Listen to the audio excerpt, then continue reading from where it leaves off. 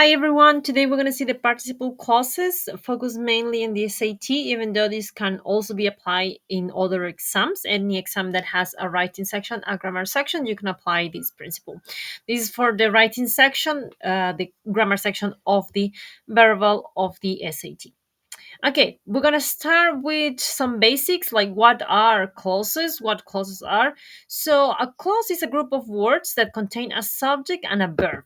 If you remember doing grammar, or if you may have done grammar with me, you know that usually when we have a subject and we have a verb, these are requirements for a full sentence. But not everything that has a subject and a verb is necessarily a full sentence. And here we have two distinctions, right?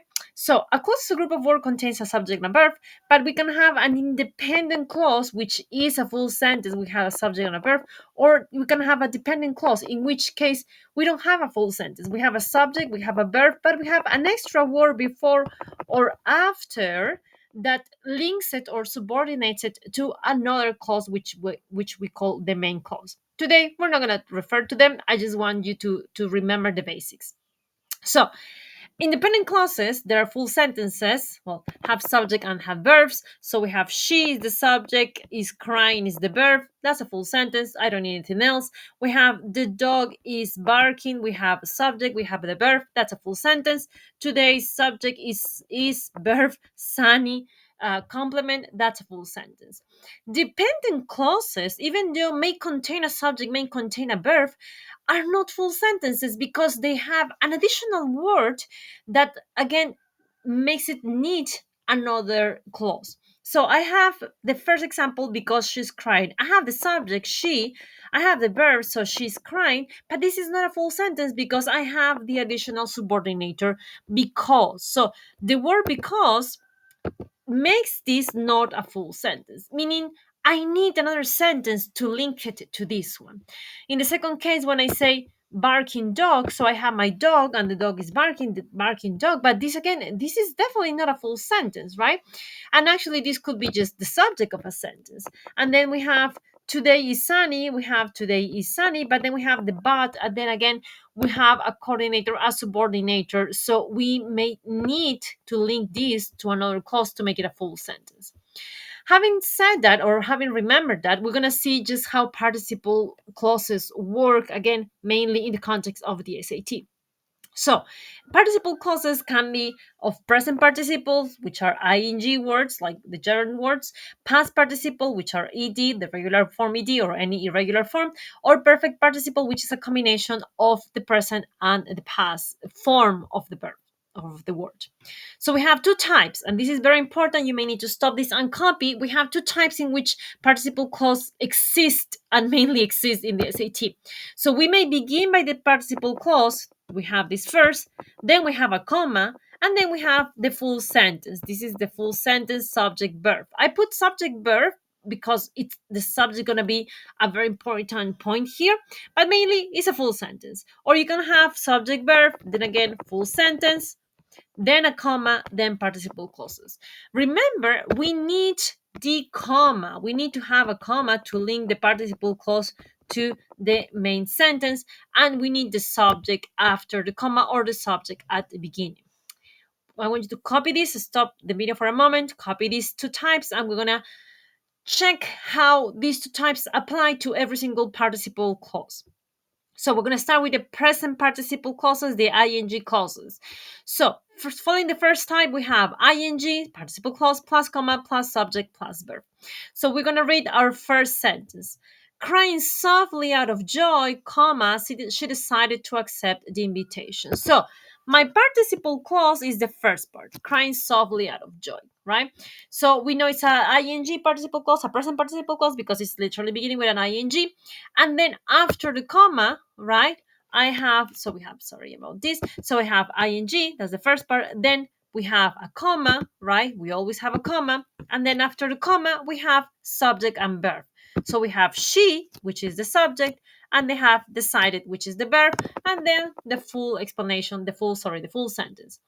Now, why did I separate full sentence in subject and verb and I did not just put full sentence? Because an important thing that you had to remember here is that The subject that begins the sentence has to be directly linked to the ing, to the participle, which means when I say crying softly out of joy, the very first word that comes after the comma has to be the person or the subject who was crying softly out of joy. I cannot say crying softly out of joy, decided, or the invitation, because the invitation is not going to cry. So I focus on the subject, the very first word after the comma. The next sentences, the next examples are pretty much following the same pattern. Barking to get attention. What comes after the comma? Oh, the dog, because the dog is barking, right? So the dog led Suzanne to the right path. So we have the third sentence, being so sunny and nice. What is the word that comes after the comma? Today, because today is the thing that is being so sunny and nice, is the thing that we're referring to. This is for the SAT. I'm repeating this because here, most likely, we will only care about the word that comes after the comma. Most likely, we're not really going to care about the verb that goes after that first word or the rest of the sentence, even though sometimes in a very hard word, you may still check the like all the sentence to check whether it's correct or not. But here we just care that we have a participle clause, we have a comma, and then right after the comma, we have the subject that corresponds to that participle clause. Same thing, but in the second way, type 2, we have first the full sentence, subject, verb, then we have the comma, then we have the participle clause. So we're going to start with the subject. So she decided to accept the invitation. And then after the comma, we have the participle, crying. So she, the one who's decided to do something, is crying, right? So same thing, we're still going to match. It's just, we just reverse the order. So in this case, I had changed some of these meanings. So the dog led Suzanne. So this is the full sentence. The dog led Suzanne to the right path. And then after the comma, we have barking. Like, how did the dog lead to Suzanne to the right path? Oh, by barking to get her attention. So who's barking? The dog. Finally, today is the perfect beach day. That will be your full sentence. And then what we are doing, we are modifying the today. We're describing being so sunny and nice. What is the thing that is being so sunny and nice? Well, today, the day of today. Same thing with past participle clauses, ed. So we have, again, type 1, we have the participle first, then the comma, then the subject verb. Same thing. We have decided to accept the invitation, comma, she cries softly. Now, this may kind of arise a little bit of a confusion, because when I say she cried, you may think, oh, this ed and this ed, they are the same. How on earth do I know which one is which? So you just have to remember that past tenses and participle tenses sometimes look the same, sometimes they don't. Most of the time, they do look the same. Okay, you just have to remember that. How do you know whether this is a verb or just a participle? Well, does it have a subject or not? This cried is not just a cry, it's she cried. So this is my subject, is the subject of this verb. So I know that the word cry, even though it's also in past tense, it's been used as a verb, whereas the decided, the word that is also ending in ed, is not, because it doesn't have a subject. That's pretty much it. That's how you know. Again, for SAT purposes, if you see an ed at the beginning of a sentence, you have to just assume that it's a past participle clause. Same thing. Worried by the dog's barking. This time I want you to notice I switch it up. So now it's no longer the dog who's being worried. The person who's being worried is Suzanne. So worried is being applied to Suzanne. Suzanne is the one who's worried. So after the comma, I had to put that. Mainly because we don't know whether dogs can be worried or not. I just didn't want to go into that discussion, so I just switch it up for the human. Amazed by the sun today, we decided to go to the beach again. I just decided to switch it up, because humans are usually the ones who are susceptible to these feelings and past participles. That's pretty much it. Again, main takeaway here: whatever the sentence begins with has to be applied to whatever goes after the comma. Okay, and in the reverse case, whatever the sentence begin with, like in this case, we're going to start with the full sentence. She cried softly out of joy. Whatever the sentence begin with has to match whatever goes after the comma. So she cried, so she decided. So who decided? She decided, because she's the one who's crying.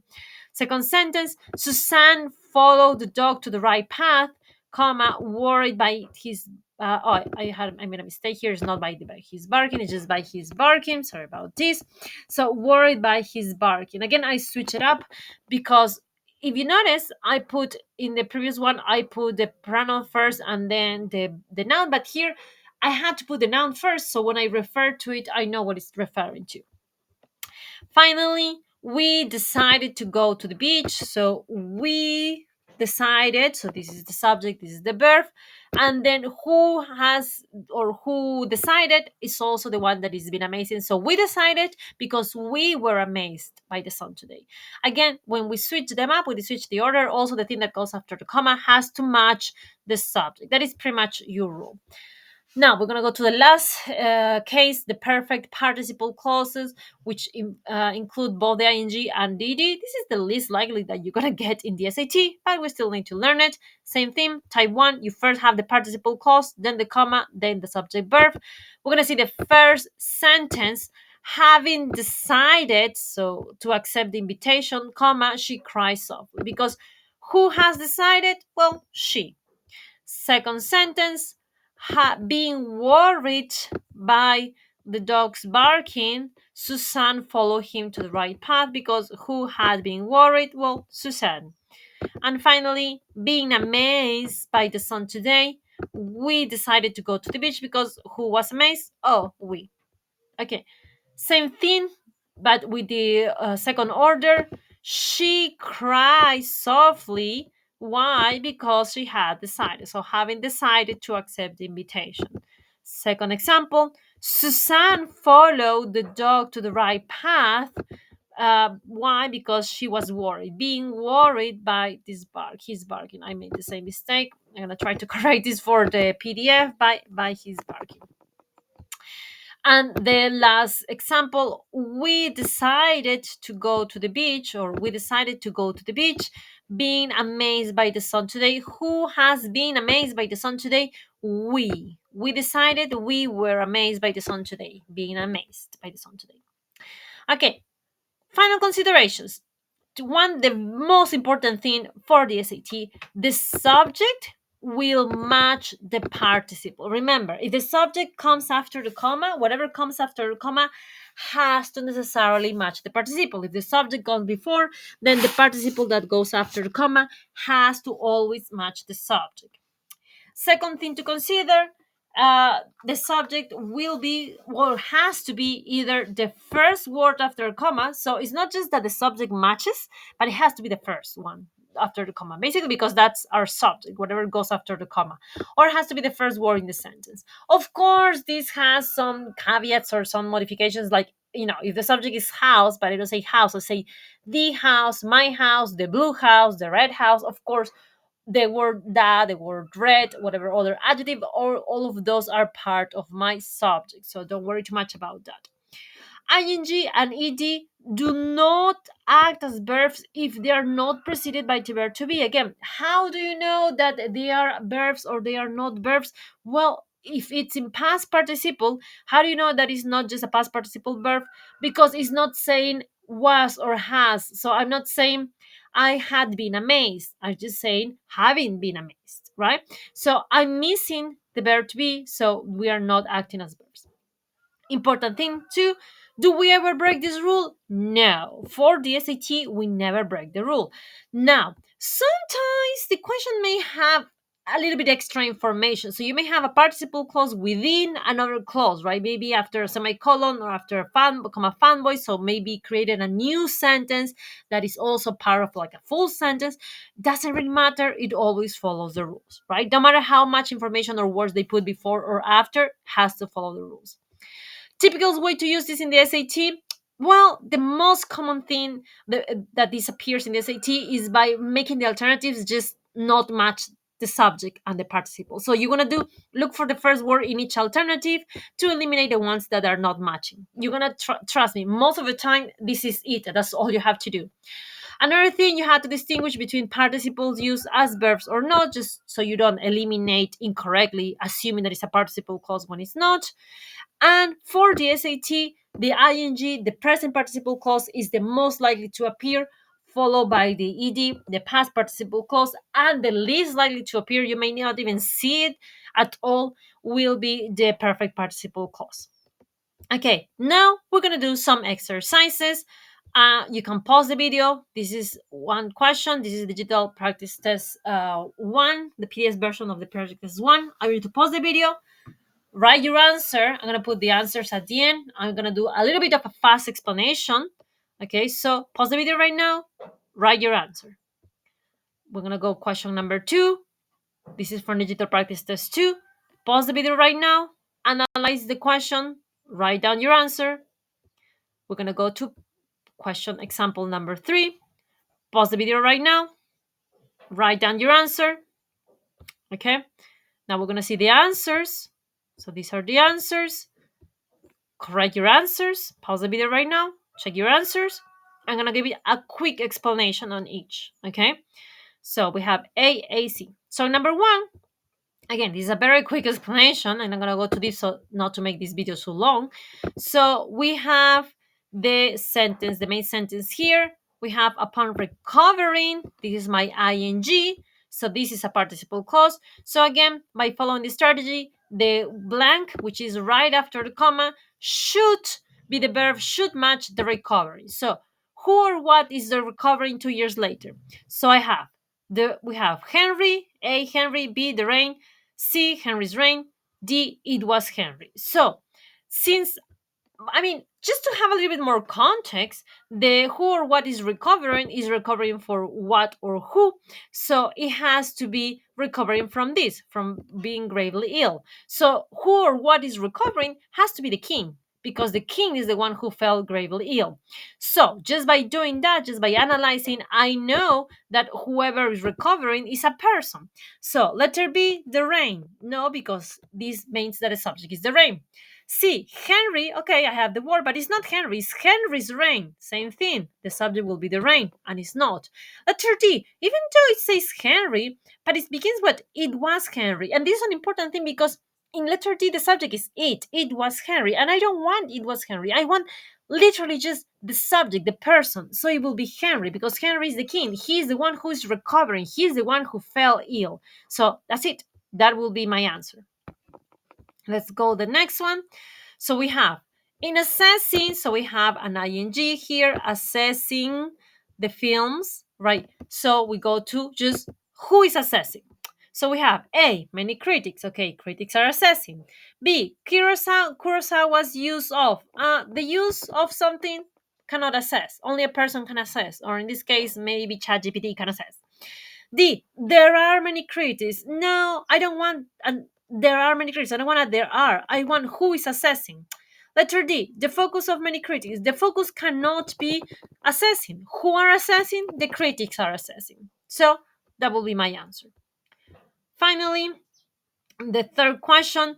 Again, my sentence begins. Where is it beginning? It begins here. So name in 1991. So we're talking about this. Who or what is named as 1991? Now, in this one, it's a tricky one because a person can be named or a thing can be named. So how do I know whether I'm talking about a person or a thing? Because name as one of the greatest achievements. Okay, so this is not a person. I'm not talking about a person because a person is not an achievement.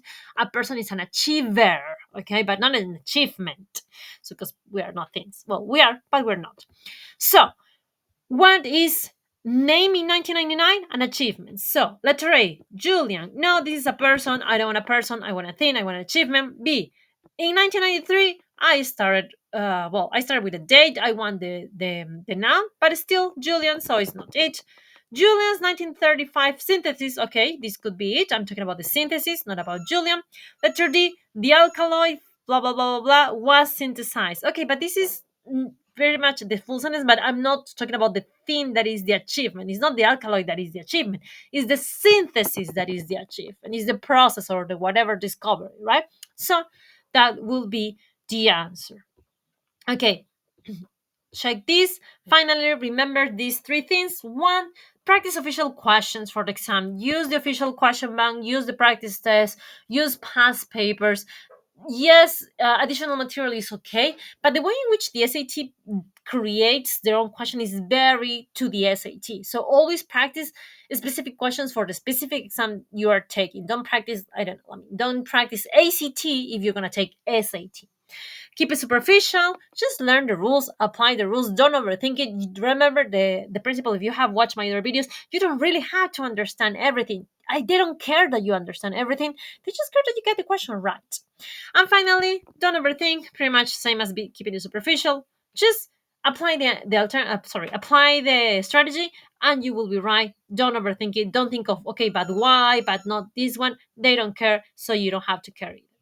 So again, I will recommend myself as a tutor, but you can also go to my website and find more free information, including the PDF for this video. Okay, so that will be it. Leave any questions in the comments if you have any questions, and see you in the next video. Bye.